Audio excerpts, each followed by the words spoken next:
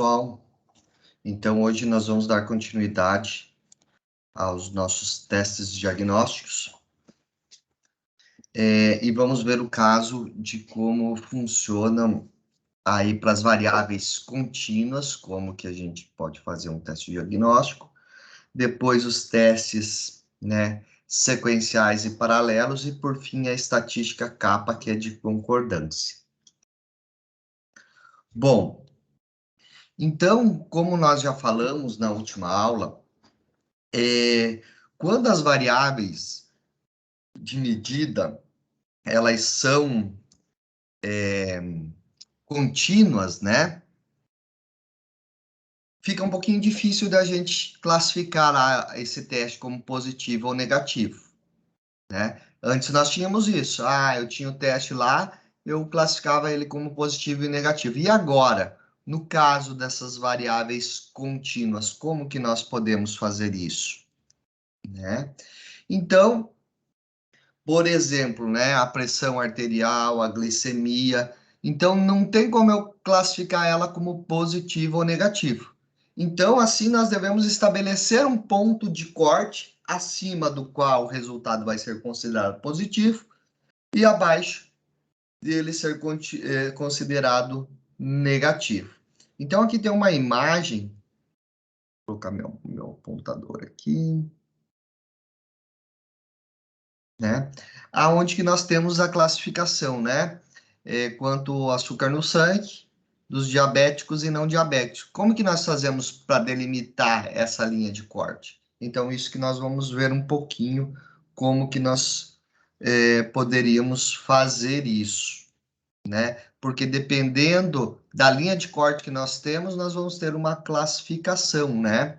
Por exemplo, se eu fizer uma linha de corte aqui, ó, nesse ponto, eu vou ter quantos positivos? 5 e 2, né, não diabéticos classificados como diabéticos. E assim por diante, fazendo aquela nossa tabelinha, né, 2 por 2. E se o meu ponto de corte for abaixo, o que que acontece? Né, eu vou ter mais pessoas classificadas como, né, com o nível de açúcar no sangue, classificados como diabéticos e não diabéticos aqui, né? Então, bom, eu defino um ponto alto ou um ponto baixo. Então, a gente vai ver um pouquinho como podemos trabalhar com isso. Né? Então, vamos considerar aqui, né? Nesse segundo caso aqui. Então, nós temos 20 diabéticos e 20 não diabéticos rastreados por um teste de glicemia, né? Então, aqui nós temos a escala no eixo vertical, do mais alto até o mais baixo, né? Então, aqui pensando que são os níveis, né? Pensando que aqui nós temos, né, a escala, é uma escala contínua, né? Porque a glicemia a gente mede ela na escala contínua. Então, embora aqui nós vimos que a glicemia tende a ser mais alta para diabéticos, né? Não existe um nível que separe claramente esses dois grupos, né? Então, há alguma sobreposição entre diabéticos e não diabéticos em cada nível glicêmico.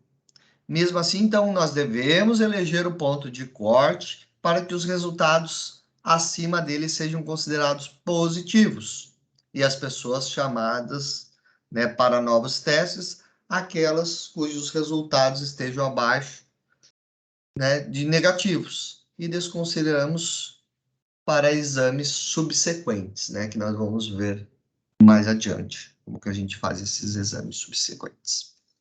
Bom, então vamos pegar aqui.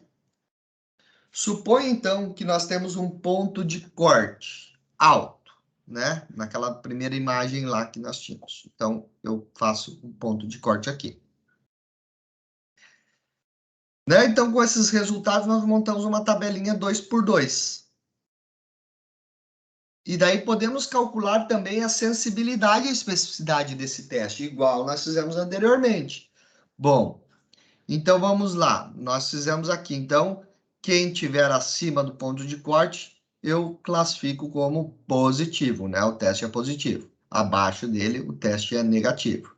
Então, aqui eu tenho 5, do grupo dos diabéticos, eu tenho 5, né, positivos e 15 não positivos. No não diabético, 2 positivos e 18 negativos. Então, o total dá 20, né? Se eu for calcular, então, a sensibilidade, né? Vai ser o quê? 5 dividido por 20, que dá 25%. E a especificidade? 18 dividido por 20. Então, eu tenho 90%. Então, aqui a gente verifica claramente que os diabéticos, eles não serão identificados como positivos. Por outro lado, a maioria dos não diabéticos corretamente será indicada como, né, negativa. Bom, será que é a melhor estratégia? Então, vamos ver agora se nós fizermos um ponto de corte abaixo. Tá? Então, vamos pegar aqui, né, um ponto de corte para baixo. Vamos fazer a mesma classificação, positivo e negativo, grupo do diabético e do não diabético. Então, aqui eu tenho o quê? 17 classificados como positivo e 3 como negativo. Já no grupo dos não diabéticos, eu tenho 14 classificados como diabético, né, como positivo, e 6 como negativo. Então, montando mais uma vez então essa tabela e calculando a sensibilidade. Qual que é a sensibilidade, então? 17 dividido por 20. Isso me dá o quê? 85%. Ó, já melhorou. Mas o que acontece com a especificidade? 6 dividido por 20 dá 30%. Então, pouquíssimos diabéticos seriam classificados erroneamente. Então, né, qual que seria o problema? Uma grande proporção de não diabéticos agora seria identificada como positivo. Então, se eu for fazer um teste subsequente, né, que vai gastar mais, eu vou estar chamando gente aí que não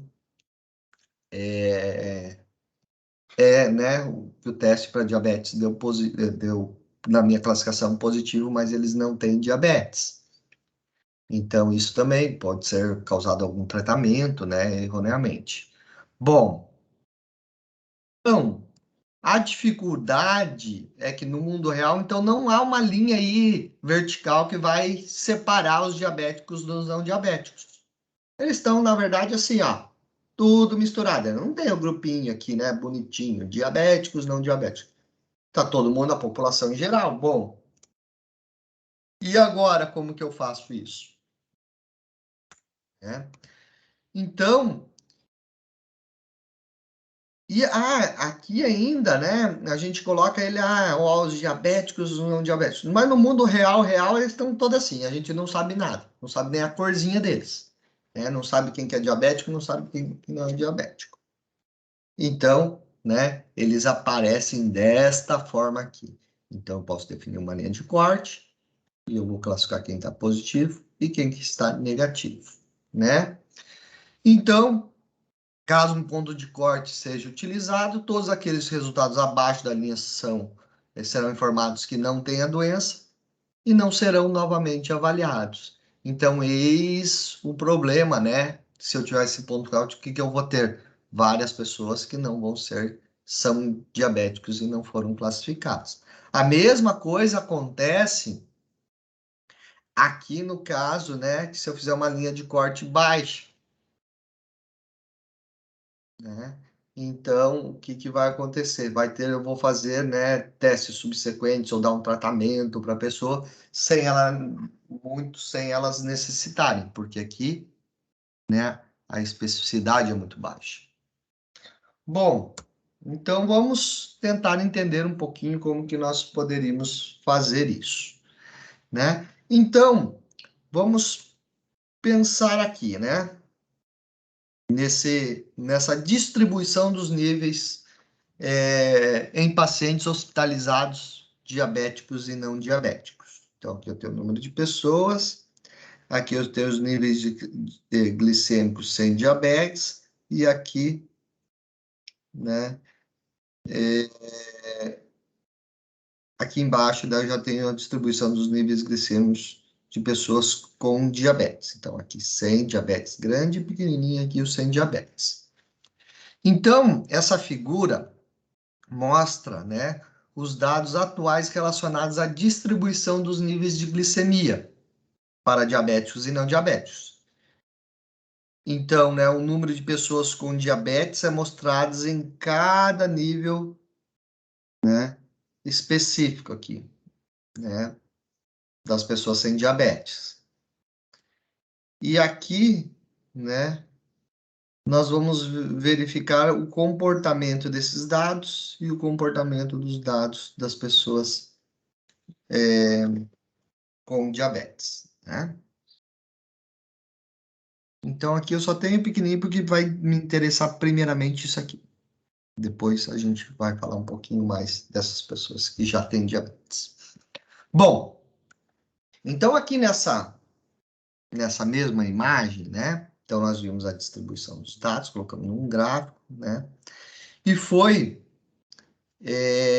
definido aqui um ponto de corte para identificar todos os diabéticos. Então, aqui, a gente tem para ter basicamente 100% de sensibilidade, né? Então, a gente decidiu aqui para ter quase 100% de especificidade. Mas, professor, como que isso foi definido, né?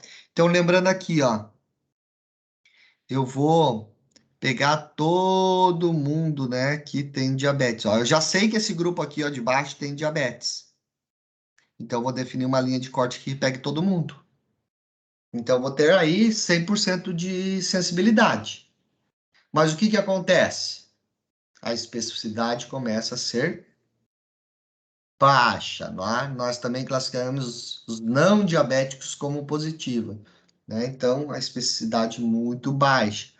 Olha aqui, né? Então, vamos pensar aqui, ó. O teste positivo tem os verdadeiros positivos, que são as pessoas que têm diabetes, e no teste foram classificadas como positivos. Mas olha o que acontece com os negativos aqui, com o meu ponto de corte de 80 miligramas por decilitro. Eu tenho vários falsos positivos, né? Eu tenho alguns verdadeiros negativos, aqui os falsos negativos que vão ser zero, né? Então, montando a tabelinha aqui, ó, diabetes presente ou não e o teste positivo e negativo. Se eu for calcular a sensibilidade, vai dar bem alta, né? E a especificidade, como a gente já viu, vai dar muito baixa. Bom, e agora, se eu fizesse o seguinte, se eu definisse, né, um ponto de corte aí para glicemia maior ou igual a 200, de modo do que a gente classificasse todos os não diabéticos como negativo. Então, eu teria 100% de especificidade. Aqui, ó, peguei todo mundo aqui, ó. Não tem diabetes, teste classificado como negativo. O que que acontece? Ó, meu ponto de corte aqui de 200. Eu tenho vários diabéticos que vão ser classificados como negativos. Então, são falsos negativos. Montando a tabelinha, né? Eu teria esses resultados. Poxa vida, e agora? O que que eu faço? Se eu pegar uma sensibilidade muito alta, né, de 100%, o que que acontece com a especificidade? Vai ser baixa. Se eu pegar uma especificidade muito alta, próximo a 100%, a minha especificidade vai ser baixa. Então, né, isso causa aí, né, um problema, né? Então, há uma relação inversa entre sensibilidade e especificidade. Quanto um aumenta, o outro diminui. Então, para aumentarmos a sensibilidade baixando o ponto de corte, diminuímos a especificidade, e aumentarmos a especificidade subindo o ponto de corte, diminuímos a sensibilidade. Então, né, como, né, um sábio aí, desconhecido, costuma dizer, não existe almoço grátis, né? Almoço grátis não existe. O dilema, então, envolvido aí nessa decisão de fixar um ponto de corte alta ou baixa, reside no problema dos falsos positivos e dos falsos negativos, que resultarão no teste.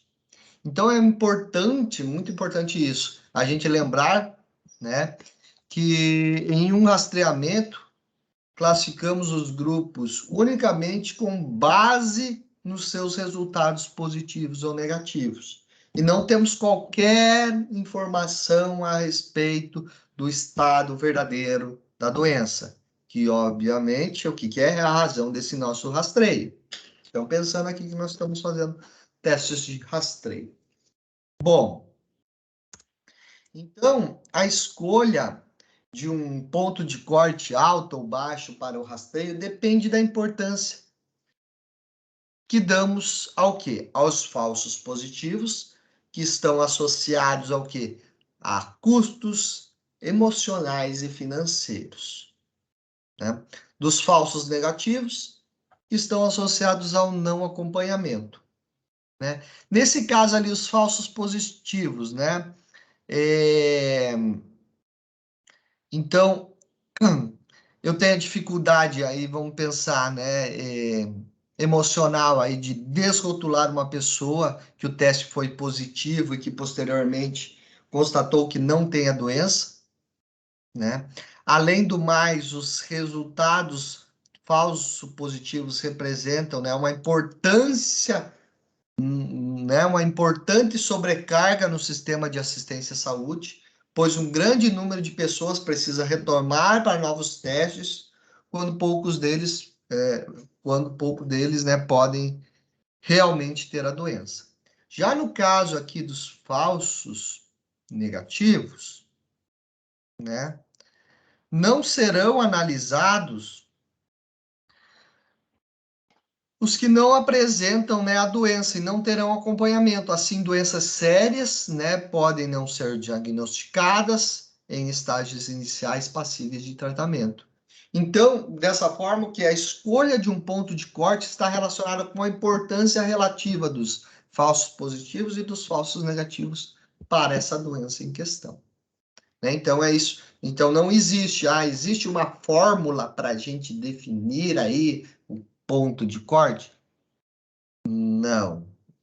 Então, eu preciso avaliar vários dados para tentar definir isso baseado na sensibilidade e na especificidade, né? Fazer os testes comparando com o padrão ouro, se for um teste novo, para chegar nessa, né, conclusão aí de qual seria o ponto de corte ideal. Bom, então aqui, agora nós vamos ver, né, um pouquinho como que a gente trabalha com múltiplos testes. Como que a gente faz isso? Então, vamos retomar aqui. Eu tenho um teste que ele pode ser positivo e um teste que pode ser negativo, né? Então, né, todas as pessoas com testes positivos, seja verdadeiros positivos e falsos positivos, né, estão aqui nesse quadrante. E todas as pessoas com testes negativos, verdadeiros negativos e falsos negativos, né, estarão aqui nessa casela, que são a soma de C mais D. Lembrando aqui, né, teste positivo, negativo, presença ou ausência da doença. Verdadeiros positivos, falsos negativos, verdadeiros negativos. Então, nesses diagramas, né, nós mostramos dois grupos de pessoas resultantes do rastreamento de um teste dicotômico. Todas as pessoas com resultados positivos e todas as pessoas com resultados negativos. Né? Então, na verdade, os resultados desse teste de rastreamento, ele não mostram os 4 grupos como visto anteriormente, né? Lembra que nós tínhamos os 4 grupos aqui? Eu só tenho 2. Um grupo de pessoas que os testes foram positivos e um grupo de pessoas que os testes foram negativos. Aqueles com o teste positivo serão notificados, né, sobre o seu resultado e chamados para exames adicionais. Ó, então, o teste deu positivo, então eu vou continuar seguindo eles, né, fazendo demais testes complementares. Se o resultado do teste for negativo, né, as pessoas serão notificadas do resultado dos seus exames e ele não será chamado para novos exames. Segue, né, dessa forma. Bom, então, frequentemente, vários testes de rastreio podem ser aplicados nos mesmos indivíduos, tanto no modo sequencial quanto simultaneamente. Então, o que é o modo sequencial? Nós vamos ver um pouquinho como que funciona esse modo sequencial.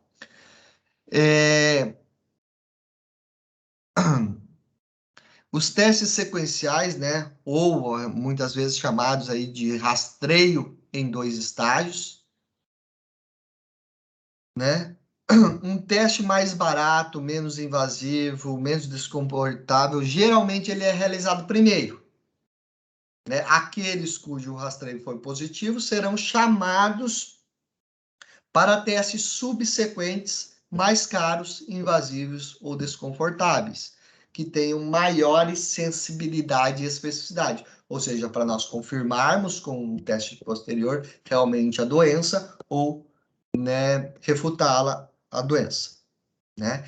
Espera-se, então, que trazendo de volta mais testes, somente aqueles com rastreio positivo, o problema de falsos positivos seja reduzido. Então, agora vamos ver um pouquinho como que a gente faz. Então, o nome já diz, teste sequencial. Eu espero o resultado do teste, de um teste inicial, para depois fazer o outro teste. Então, eu vou seguir uma cascata. Fiz o primeiro teste, né? Eu pego os que deram positivos e submeto eles a um novo teste, né? Com outra metodologia. Esse outro dos resultados derem positivos, eu posso fazer um teste em sequência, né, pegando somente os positivos, outro tipo de teste, outra técnica, para verificar se tem a doença ou não. Tá? Então, é em sequência.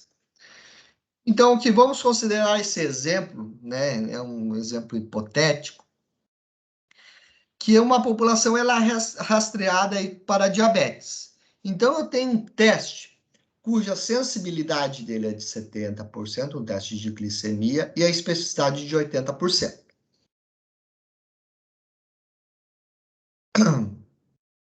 Então, como que esses resultados aqui foram obtidos? Né, os resultados dessa tabela. Né? Então, eu estou considerando aqui que eu tenho uma prevalência de diabetes de 5%. E eu tenho 10 mil. Né? Então, tem a prevalência de 5% e tem uma população de 10 pessoas. Se eu fizer essa continha aqui, 5% vezes 10%, o que acontece? Eu vou ter 500 pessoas que vão ter a doença, certo? Então, tem esse total. Com a sensibilidade de 70%, o que eu faço? 70%. O que é a sensibilidade? Ele vai classificar corretamente, né? 70% de 500. Só vou mudar minha ponteira aqui.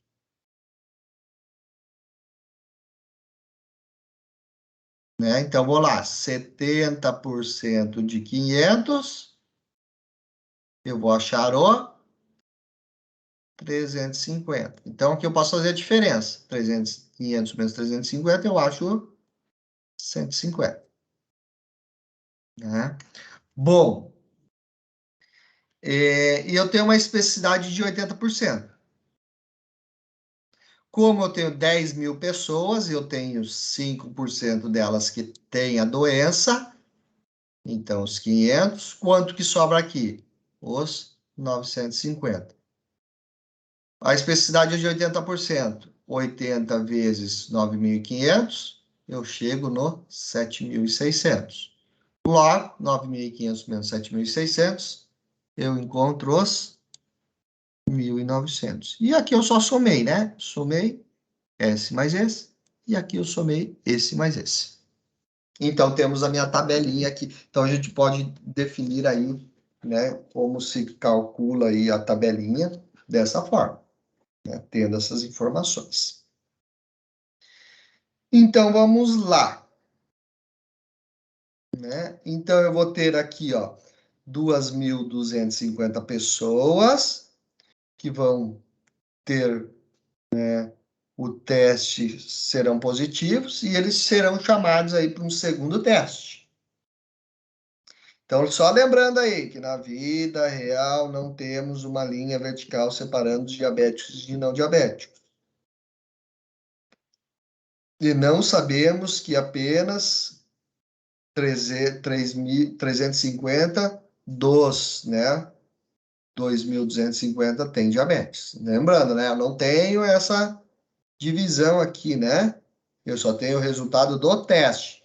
Então, eu não tenho, na vida real, não sei desses 350 aqui. Eu sei que do primeiro teste aqui para ver de glicemia, eu tenho que 2.250, o resultado deu positivo, potencial a ter diabetes.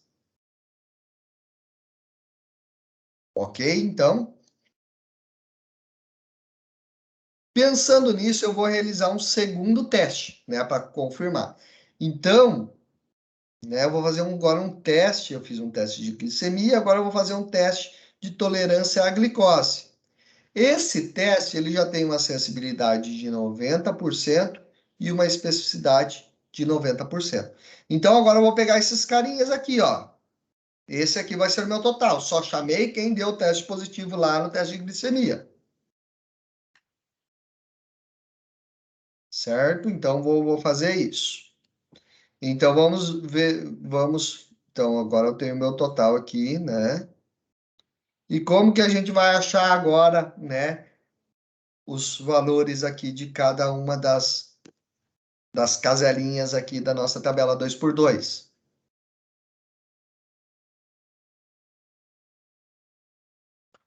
Como que a gente vai fazer isso?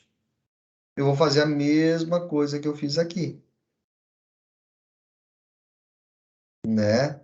Então, como que eu vou definir aqui essas pessoas? Eu já sei, né? Então, o que que eu vou fazer aqui no segundo estágio de rastreamento? Então, eu tenho as 350 pessoas com diabetes, das, né, 2.250.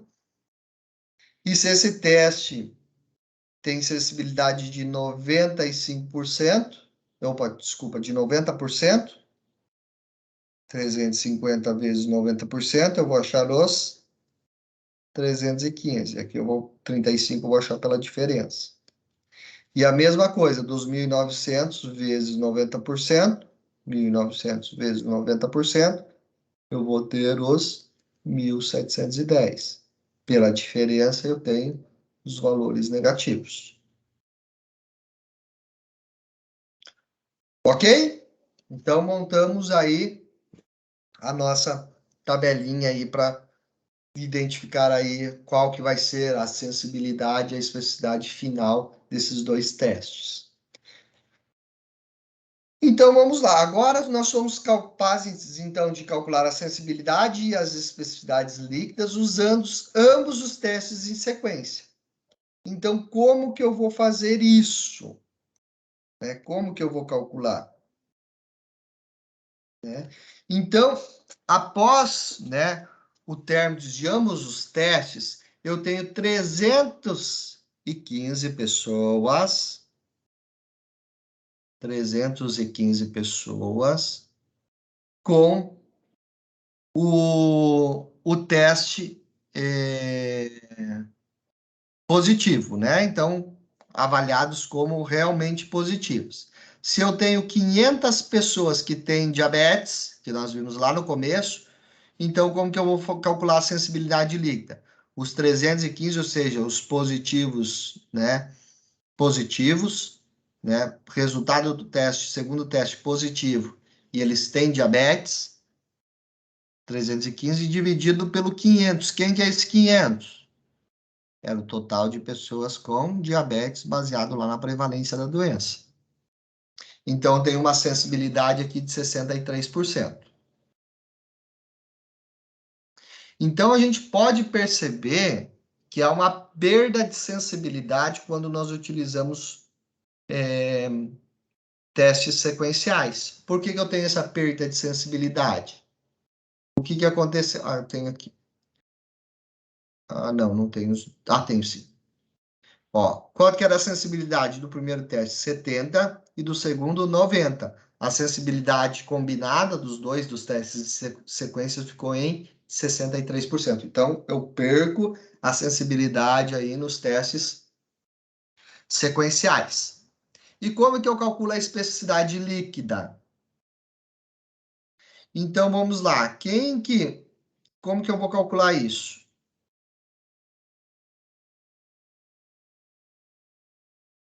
Qual que era o número de pessoas aí sem diabetes? 9.500. No primeiro teste, quem que deu lá? Eu vou somar, né? Os verdadeiros negativos.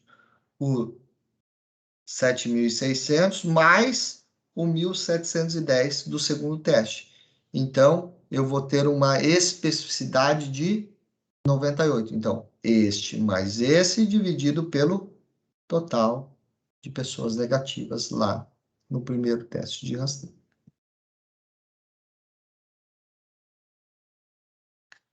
Ok aqui, gente? Então, vamos seguir em frente. Então, o que aconteceu com a especificidade?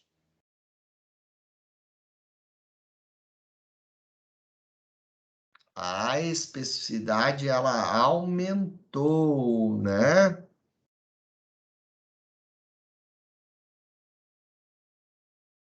Então, né, o uso desses dois testes, eu teve um aumento da especificidade e uma diminuição da sensibilidade. Bom, então esse é um problema do teste sequencial. Então, né, a gente precisa avaliar lá bem a natureza desses, né, do intuito desses testes. Se eu vou fazer em sequencial ou se eu vou fazer simultâneo. É avaliar, né, os riscos que o paciente corre aí de esperar o resultado de um para poder fazer o outro teste e o custo disso, né? Se é invasivo ou não é. Então, uma outra alternativa que nós temos é fazer os testes simultânea, né? Então, o que acontece, né? A gente quer saber, bom, um teste simultâneo, ou seja, eu faço os testes ao mesmo tempo. Então, pergunta-se aí, qual que é a sensibilidade líquida utilizando os testes simultaneamente? Os testes, por exemplo, A e B. Então, vamos lá. Vamos assumir que uma população de 1.000 pessoas e tem uma prevalência da doença que é de 20%. Assim, nós temos o quê? 200 pessoas com a doença, mas não sabemos quem são elas, né? Então, a fim de identificá-las, rastreamos uma população usando dois testes para essa doença, o teste A e o teste B, ao mesmo tempo. Então, vamos assumir a sensibilidade e a especificidade para cada um desses testes. Teste A, sensibilidade de 80, o teste B de 90. Teste A, especificidade de 60, teste B, a especificidade de 90. Então, para ser considerada positiva e ser incluída no numerador para a sensibilidade líquida, os dois testes simultâneos pela pessoa devem ser identificados como positiva pelo teste A e pelo teste B, ou por ambos. Então, eu tenho que pensar um pouquinho agora como que eu vou fazer isso. Então, vamos lá, né? Então, lembrando que eu tenho as 200 pessoas positivas da minha população de 1.000, né? 200 mais 800, e fiz o teste A. Sensibilidade de 80%, 200 vezes 80%, chego no 160. Já para o teste B, 200 vezes 90, eu chego a 180. Pela diferença, a especificidade de 60%, 800 vezes 60%, 480. Sem a doença, a diferença dos dois, né? 800 menos 480, 320. Aqui, 800 pessoas sem a doença, a especificidade de 80, 720. 800 menos 720, eu chego no 80. Então, para a gente calcular o numerador né, para nós calcularmos a sensibilidade líquida, então não podemos apenas somar aí o número dos positivos no teste A e no teste B, pois algumas, né, eu não posso só somar aqui, né? Esse mais esse. Por que que eu não posso fazer isso? Né? Porque algumas pessoas elas foram positivas em ambos os testes, então eu vou contar lá 2 vezes.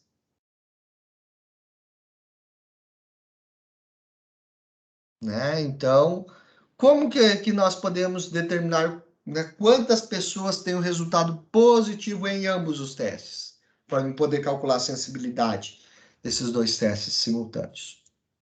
Bom, então vamos tentar entender um pouquinho aqui.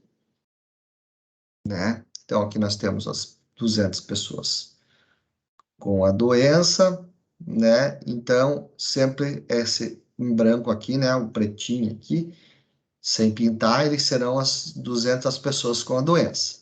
No primeiro teste, né? Eu tenho 160. No segundo teste, eu tenho as 180 que deram positivas também. O que pode acontecer? Aqui, ó, no roxinho, né? A sobreposição.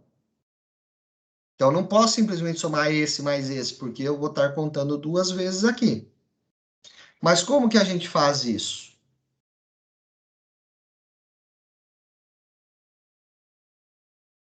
Como que eu identifico isso?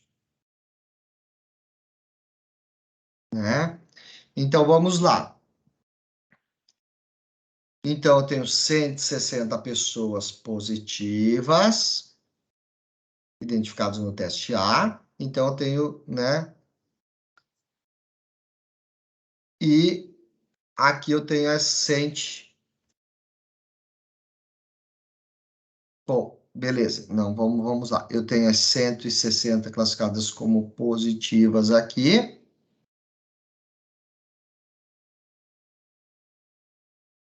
No teste A. E eu vou ter o quê? Como que eu vou saber aqui as pessoas que têm, né, que foram classificadas aqui no meio? Como que eu vou identificar isso? Né? Então, eu vou ter que identificar aqui quantas pessoas têm em ambos os testes.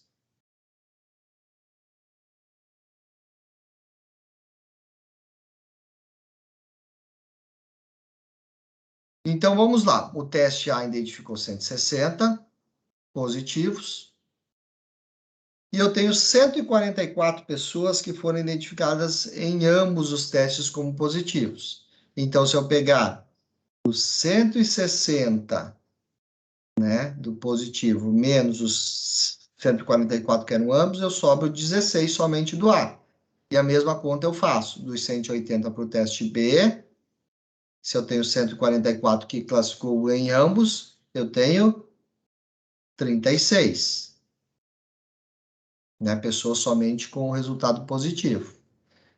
Então, né, o que eu vou fazer? Eu vou ter que calcular a sensibilidade líquida de que forma? Eu vou somar os 16, mais os 36, mais os 144 e dividir pelos 200, que dá um total de 196. Ok, então aqui.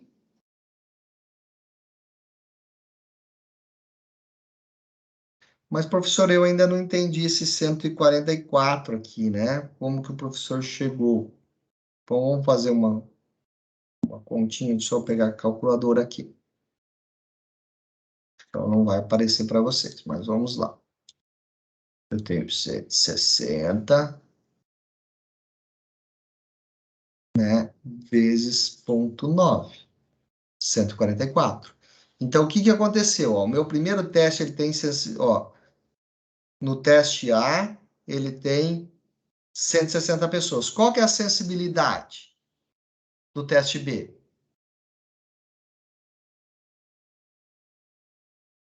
90, não é? Então, se eu pegar 160 vezes 90, eu vou achar 144.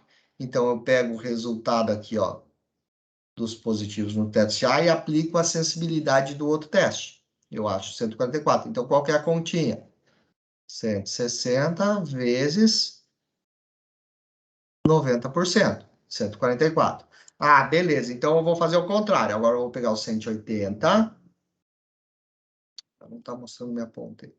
Agora mostrou. Agora eu vou pegar o 180 e aplicar a sensibilidade. Né? Peguei os dados do teste B e vou aplicar a sensibilidade do outro teste. Então, qual que é a sensibilidade do outro teste? 80%. 180 vezes 0,8.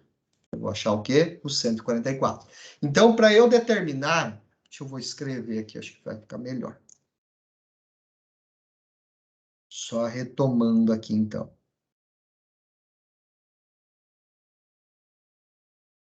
Ó, então, vamos lá. Teste A. Quais que foram os positivos? 160.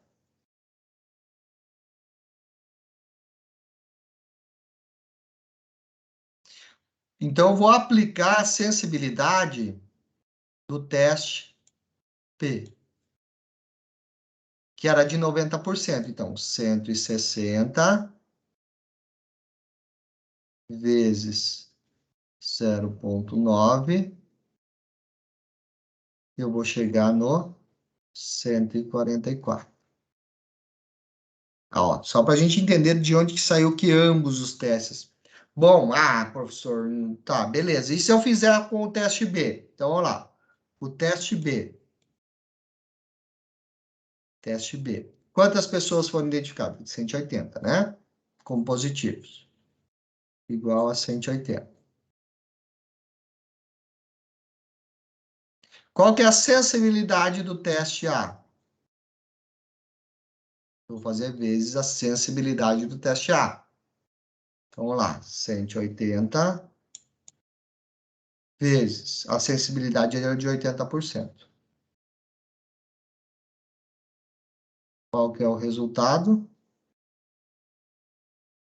144. Então, só para a gente entender da onde que eu não expliquei no começo, lá de onde saiu esse 144. Ok? Então, a sensibilidade líquida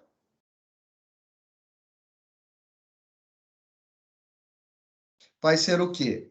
16 mais o 144 mais o 36 dividido pelos 200. Então, dá uma sensibilidade líquida de 98. Ok? Agora vamos ver a especificidade. Então, aqui a gente pergunta de novo, qual que é a especificidade líquida para o uso simultâneo dos testes A e B? Então, eu preciso fazer a mesma coisa, né? Então, para ser incluído no numerador, da especificidade líquida, para os dois testes usados simultaneamente, uma pessoa deve ter o resultado positivo, deve ter o resultado negativo em ambos os testes. Tá? Que ele tem que ter o resultado negativo em ambos os testes. Então, para calcular o numerador de especificidade líquida, precisamos determinar quantas pessoas tiveram resultados negativos em ambos os testes. Então, aqui é um pouquinho diferente, né? A especificidade líquida, eu preciso ter o resultado negativo em ambos os testes. Então, vamos verificar como que nós podemos fazer isso. Mais uma vez. Então, aqui são as pessoas, quem que, né? As 800 pessoas sem a doença. Quantas pessoas tiveram o resultado negativo no teste A? 480. E no teste B? 720. Então, mais uma vez, eu não sei identificar aqui. Eu tenho pessoas que em ambos os testes deram positivo. É esse aqui que eu vou precisar para fazer a minha conta. Então, como que eu identifico eles?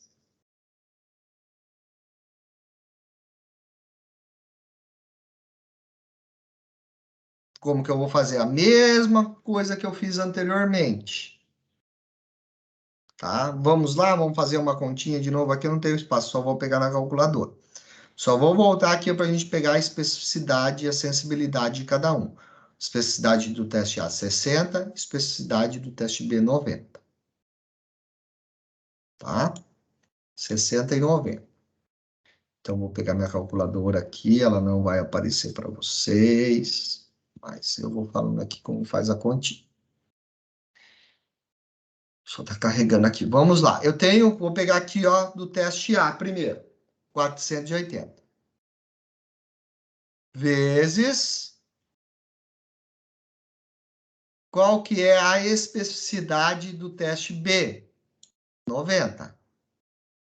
Vezes 90%. Dá 432. Então, peguei o 480 vezes o 90%, que era a especificidade, achei o 432, que é que ambos os testes deram negativos. Bom, posso fazer a mesma? O resultado vai dar o mesmo, ó. Não, vou pegar os que deram resultados negativos no teste B. Então, são 720. Qual que era a especificidade do teste A? Então, peguei os negativos do teste B e vou aplicar a especificidade do teste A, que era de 60. Opa. 720 vezes 60%. Dá os 432. Então, eu digo que 432 tiveram os resultados em ambos os testes negativos. Então, para calcular a especificidade líquida, eu vou precisar disso. Então, que ambos deram o resultado negativo dividido pelo total de pessoas sem a doença, que dá 54%.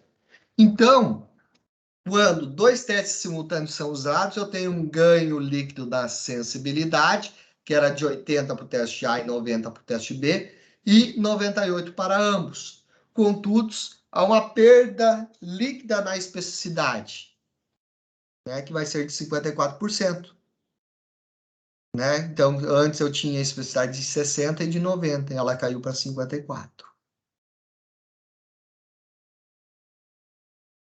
Bom, então como que nós vamos fazer, né? Vamos comparar isso, né? Então, os efeitos dessa abordagem aí na sensibilidade, na especificidade, elas diferem, né, daqueles que resultaram de testes sequenciais, né? Nós acabamos de ver os testes simultâneos. Então, em um teste sequencial, quando testamos novamente os positivos do primeiro teste, há uma perda de sensibilidade líquida e um benefício na especificidade líquida. Esses testes simultâneos, né, como um indivíduo com resultado positivo em qualquer um dos testes ele é considerado positivo, há um ganho da sensibilidade líquida. Então, em um cenário clínico, múltiplos testes são frequentemente usados de modo simultâneo. Por exemplo, né, um paciente admitido em um hospital pode receber um conjunto desses testes, né, realizados na admissão. Quando os múltiplos testes são usados simultaneamente para detectar uma doença específica, o indivíduo geralmente ele é considerado positivo se tiver um resultado positivo em algum dos testes, né? E o indivíduo é considerado negativo se todos os testes deram negativos. Então, aqui vocês entenderam? Para ele ser considerado positivo num teste simultâneo, apenas um resultado deve dar positivo. Mas, se eu tiver, né, o resultado negativo, ele tem que ser negativo para ambos os testes. Senão, né, eu vou complementar aí com mais testes.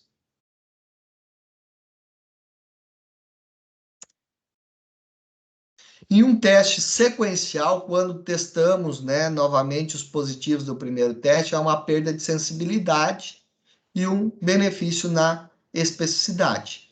Então, né, testes simultâneos com objetivo, né, com resultado, né, como um indivíduo com resultado positivo em qualquer um dos vários testes é considerado positivo, há um ganho de sensibilidade líquida. Entretanto, para considerar negativo, a pessoa deve ser negativa em todos os testes realizados, né, como há uma perda né, na especificidade líquida. Vamos lá, então vamos tentar resumir aí. Em resumo, nós vimos previamente quando 2 testes sequenciais são utilizados, os resultados positivos do primeiro teste são trazidos para o segundo teste. Então, há uma perda de sensibilidade, mais um ganho de especificidade, comparados com os testes individualmente. Mas, quando eu tenho, né? Só um minutinho aqui.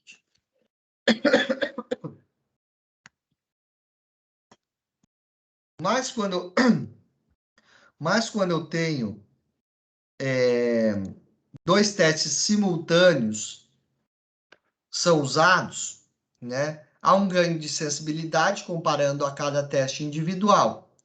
Com os resultados, né? A decisão de usar testes simultâneos ou sequenciais frequentemente é baseado no quê? No objetivo dos testes, incluídos se são feitos com propósito de rastreamento ou de diagnóstico, né? Em considerações práticas, então, relacionadas com o cenário em que são feitos, incluindo o tempo de internação hospitalar, custos e graus de invasividade de cada teste, bem como a extensão e cobertura, se for no caso aí de um plano, né, de saúde, por exemplo. Bom, né, então como que a gente também vê a confiabilidade e a reprodutibilidade dos testes, né? Então, consideramos, né, um outro aspecto nessa avaliação, que é quanto o teste é confiável ou reproduzível, né? Os resultados obtidos podem ser reproduzidos se for repetido? Bom, então essa é uma pergunta interessante. Então, é claro que independente da sensibilidade e da especificidade dos testes, se os seus resultados não puderem ser reproduzidos, o valor e a utilidade deles serão mínimos, né? Fatores que contribuem para a variação, então, entre os resultados de um teste, né, são discutidos primeiro. Variação intra-sujeito, ou seja, variação entre os sujeitos individualmente, e a variação do observador, variação na leitura dos resultados pelo mesmo examinador. Então, a variação interobservador, que são a variação entre os examinadores dos resultados do teste. Né? Então, eu tenho que considerar esses 3 aspectos aí. Então, vamos verificar um pouquinho sobre a variação do instrumento, né? Então, os valores aqui obtidos na mensuração de várias características humanas frequentemente variam ao longo do tempo, mesmo durante um período curto. Então, aqui a variabilidade ao longo do tempo é considerável, né? E bem, né, como condições sobre as quais os testes são conduzidos, por exemplo, né, pós-prandial ou após exercícios, em caso, um consultório médico. Então, sem dúvida, né, isso pode levar a diferentes resultados, né, no mesmo indivíduo. Então, portanto, a avaliação de qualquer resultado é importante considerar as condições sobre as quais o teste foi realizado, incluindo hora e dia, né? Então, aqui um exemplo, né, mostrando a variação da leitura de pressão sanguínea no período de 24 horas.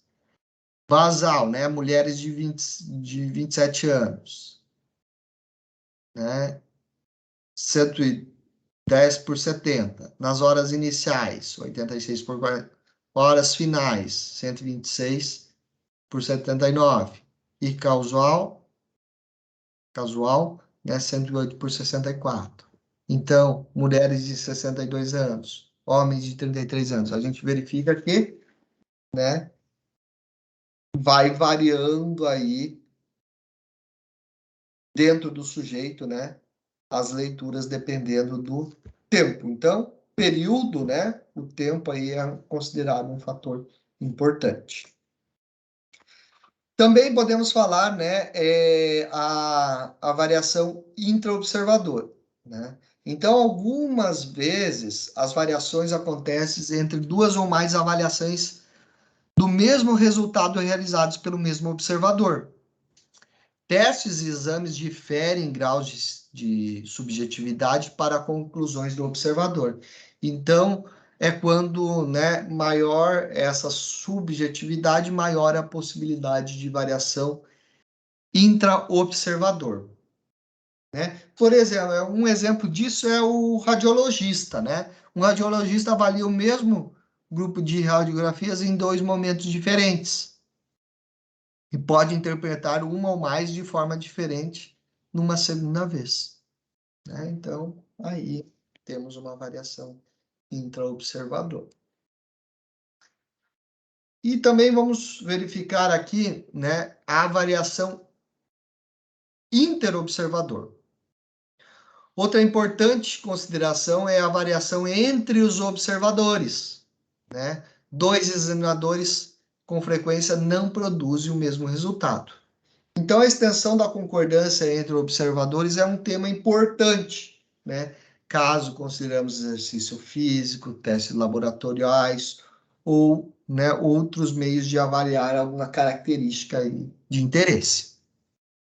Então, para isso, nós vamos ver um testezinho que chama-se percentual de concordância, né? Então, aqui nós temos dois observadores que foram instruídos, né, a categorizar cada resultado de um teste dentro, né, dentre as quatro possibilidades. Então, como anormal, como suspeito, como duvidoso e como normal. Então, aqui eu tenho os resultados na coluna do observador 1 e na coluna, na linha, eu tenho os resultados do observador 2. Então, né, nesse diagrama aqui pode se referir, por exemplo, a leituras realizadas por dois radiologistas. Vamos voltar no radiologista,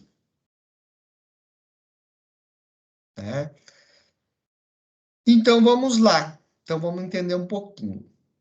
Então, aqui eu tenho o número de leituras, né, em cada uma das células, né? E a gente definiu isso como, né, letras aí do alfabeto. Então, assim, radiografias A, elas foram lidas como normais para ambos os observadores, né? As C, né, foram lidas como anormais. Opa, desculpa. O A como anormal, né? Normal, anormal para os dois. E as radiografias C, vamos procurar o C, tá aqui, né, como duvidoso. Eles foram para o observador 1 como duvidoso e para o observador 2 como anormal. Então, e assim por diante, né? Então, a gente vai fazendo o cruzamento e obtendo as letrinhas. Então, o percentual de concordância vão ser, como que eu vou definir ele, né? Eu vou pegar o total de observações, que vai estar no meu denominador, e no numerador estarão quem? Aonde que os dois concordaram. Anormal, anormal, que é o A, suspeito e suspeito, que é o F, duvidoso com duvidoso, que é o K, normal com normal, que é o P. Então, eu vou somar aonde que eles concordaram. Então, em geral, a maioria das pessoas, né, testadas tem resultados negativos.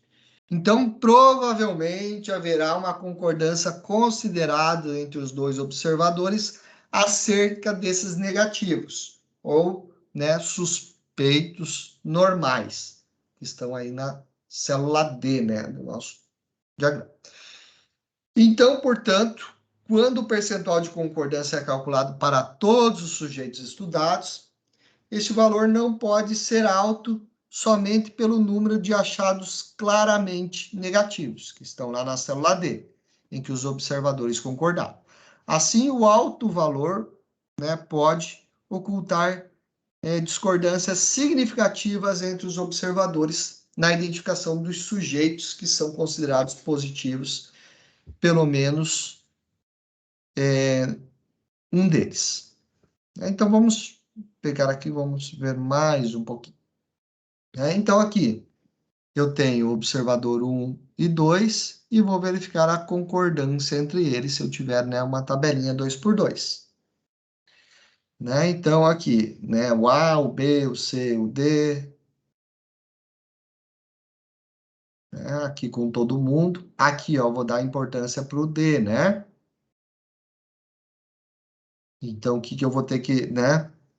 Vou ter que ignorar. Então, no par de observações em que pelo menos uma das observações de cada foi positivo, o percentual de concordância vai ser o quê? A dividido por A mais B mais C. Então, vamos ver como que a gente calcula esse percentual de concordância aí através de uma estatística chamada estatística capa. Então, nessa estatística capa, eu vou verificar a concordância entre dois observadores. Frequentemente é de interesse, então, para avaliar a qualidade das observações. A extensão da concordância entre dois observadores, como dois médicos, duas enfermeiras, muitas vezes é um índice importante, então, na qualidade do cuidado médico providenciado. E o que realmente desejamos saber é quão melhora o seu nível de concordância em relação aos resultados observados apenas pelo campo. Contudo, né, o percentual de concordância entre dois observadores não depende completamente da qualidade de seu treinamento e da sua prática. À medida que a concordância também é significativamente influenciada pelo fato de que, mesmo que os dois observadores usem critérios completamente diferentes, podemos esperar que concorde, pelo menos em algum dos participantes, totalmente em função do acaso. Então, em resposta a essa questão, né, presumir, não então, só um minutinho. Presumivelmente, né, que eu vou presumir que nos indicará que a extensão, né, a formação e o treinamento recebido por esses observadores aperfeiçoarão a qualidade de suas avaliações de forma que o percentual de concordância tenha aumentado naquele, né, esperado apenas pelo acaso. Então, é importante aí essa questão, né? Então, vamos lá. Vamos pegar aqui um exemplo. Então, você é diretor de um departamento de radiologia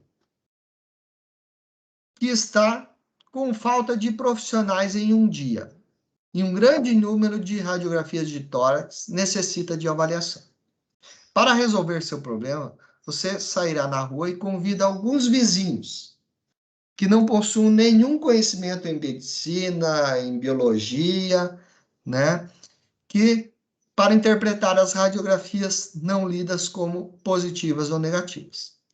A primeira pessoa vai até a pilha de radiografia e as lê, ao acaso, como positivas ou negativas, negativas, positivas, e assim por diante. A segunda pessoa faz o mesmo, mas de forma completamente independente da primeira, dado que as pessoas não possuem nenhum conhecimento, critério ou padrões para interpretações de radiografias, e suas avaliações poderiam ser concordantes em alguma radiografia? Então, essa é uma pergunta. É claro que sim, né? Alguns casos elas iriam concordar simplesmente ao acaso.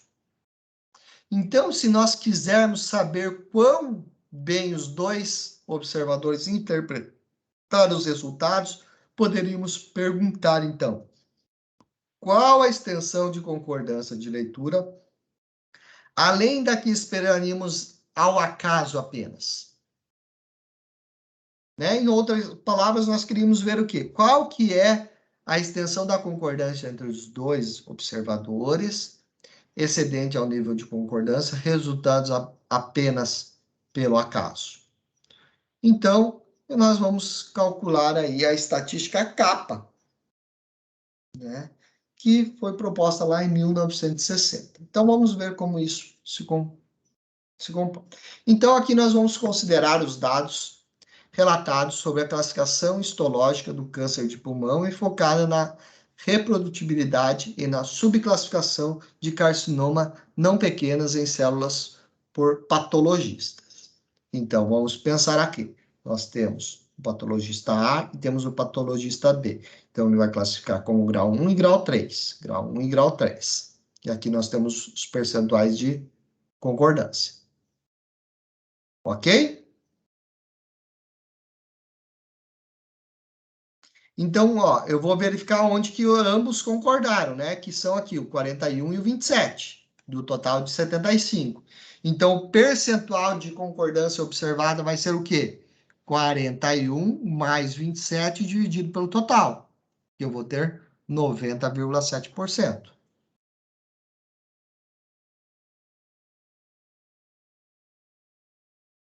Certo? Então, eu estou respondendo aqui, nessa aqui.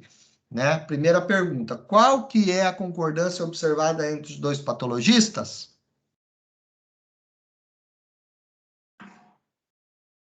Né? Então, eu respondi isso, que é 90,7%. Agora, vamos lá. Né? Agora, como que eu vou calcular o percentual de concordância esperado?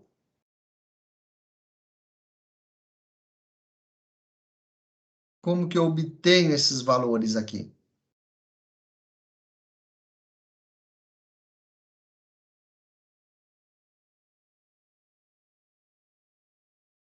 Como que eu vou encontrar isso? Bom, vamos pensar um pouquinho. Aonde que eu chego desse 26,4?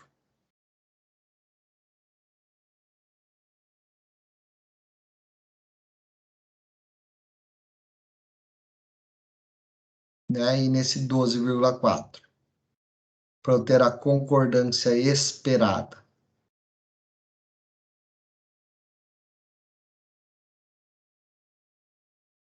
Então, eu tenho que pensar um pouquinho aqui. Como que nós podemos calcular? Deixa eu pegar minha calculadora aqui. Espera aí, só um pouquinho que está demorando aqui para abrir. Então.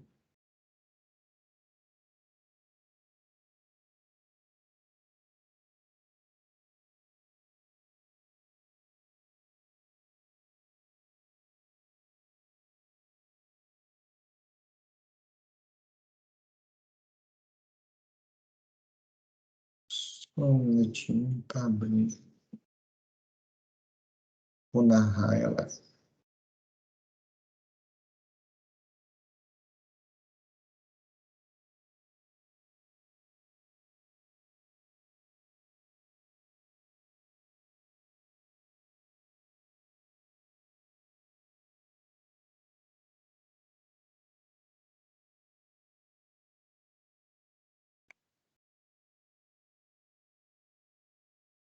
Ou não abriu.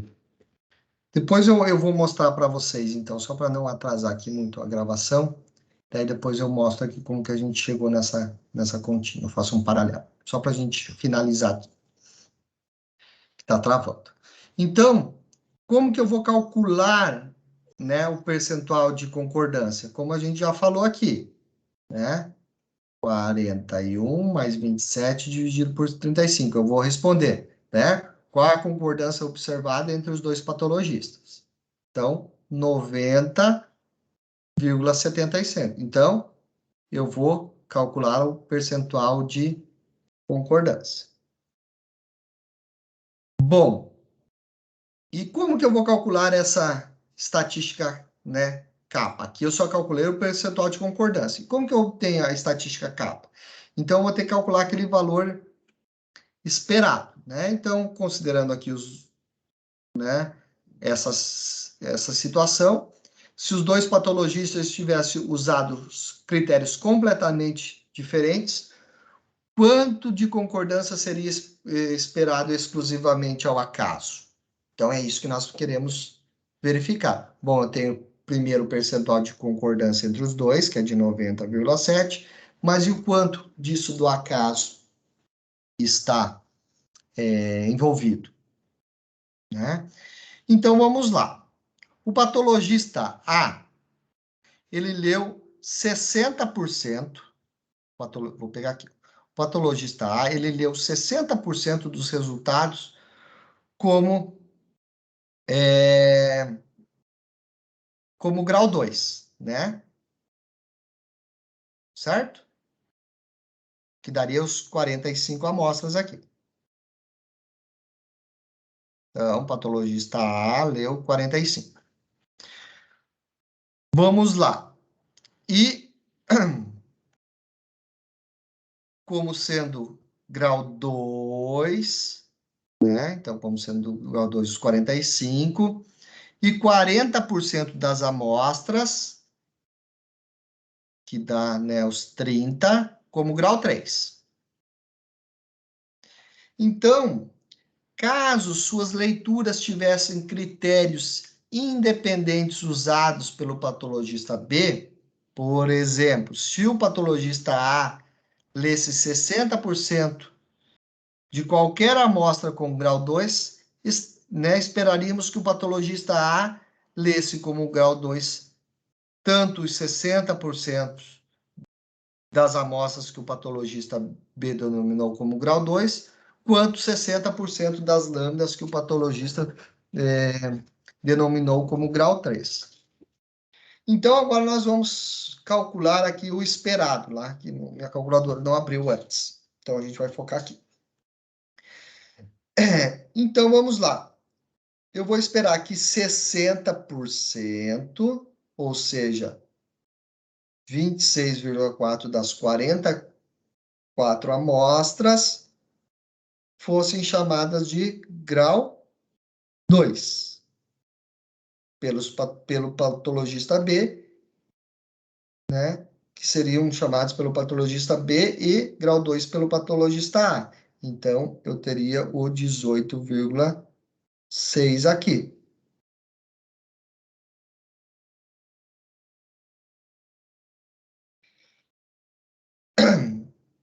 Então, das 31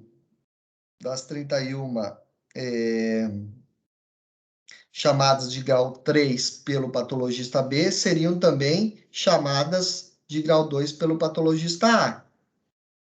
Então, das 31 amostras denominadas como grau 2 do patologista B, 40%, ou seja, 2,14, também seriam classificadas como grau 2 pelo patologista A. Deixa eu ver se abre agora.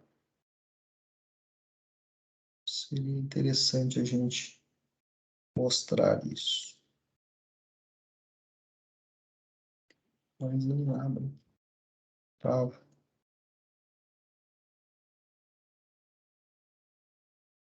Só um minutinho, tá pensando aqui.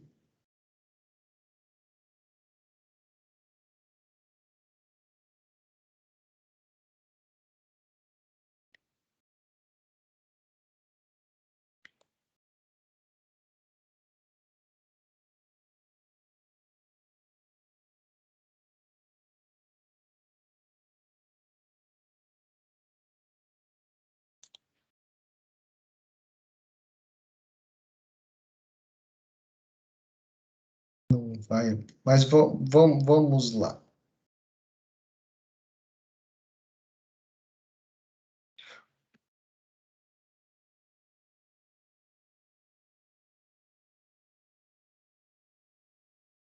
Que continha que eu vou fazer aqui? Eu não vou conseguir narrar aqui na calculadora, mas vou colocar. Vamos lá. Com a caneta aqui, acho que fica melhor. Vamos lá. Então, ó, eu vou pegar aqui, ó, o patologista A, ele leu como grau 2, 60%, certo? E o patologista B, Vou usar as duas tabelas aqui, tá? Ele leu, ó, o mesmo valor. Ele leu 44. Tudo que eu falei anteriormente, 44, né? Como grau 2. Como que eu obtenho esse valor esperado aqui, ó? Esse 26,4. Eu vou pegar 60%, 0,6, então, vezes o 44. Eu chego nesse valor aqui.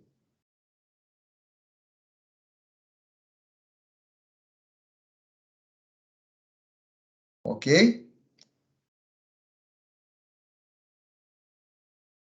60 vezes 31, eu chego no 16,80. Ok? 40.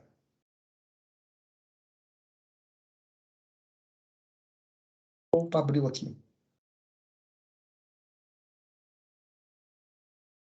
Bom, destravou. Vamos lá, vou fazer a continha aqui, ó. Então, 0,6 vezes 44 igual a 26,4. Agora, vamos lá. 60 vezes 31, 60% vezes 31, eu chego no 18,6. Ok? Agora, vamos lá. Eu vou pegar o 40, 0,4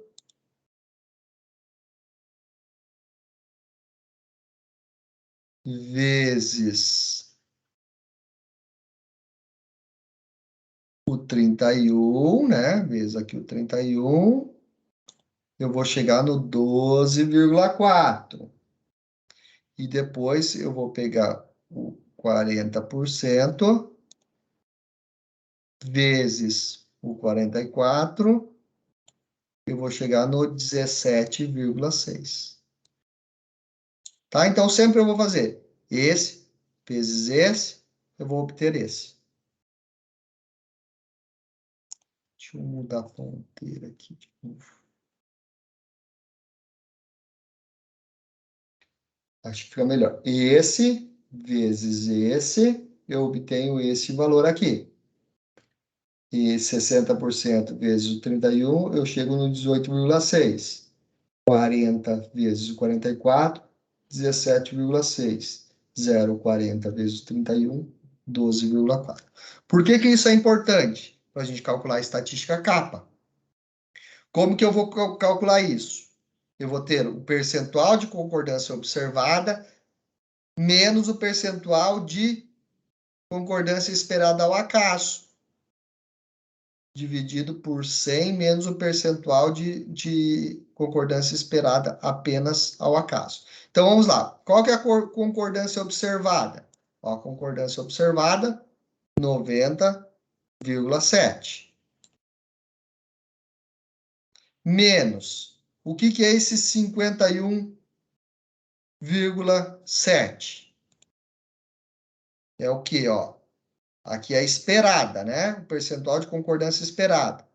Aonde que os dois concordaram e aonde os dois, né, concordaram aqui. Então, esse mais esse dividido pelo total. 51,7. Dividido por 100% menos o percentual de esperado ao acaso, que é o mesmo lá de cima. Então, isso é o resultado da 0,81. Como que a gente interpreta isso?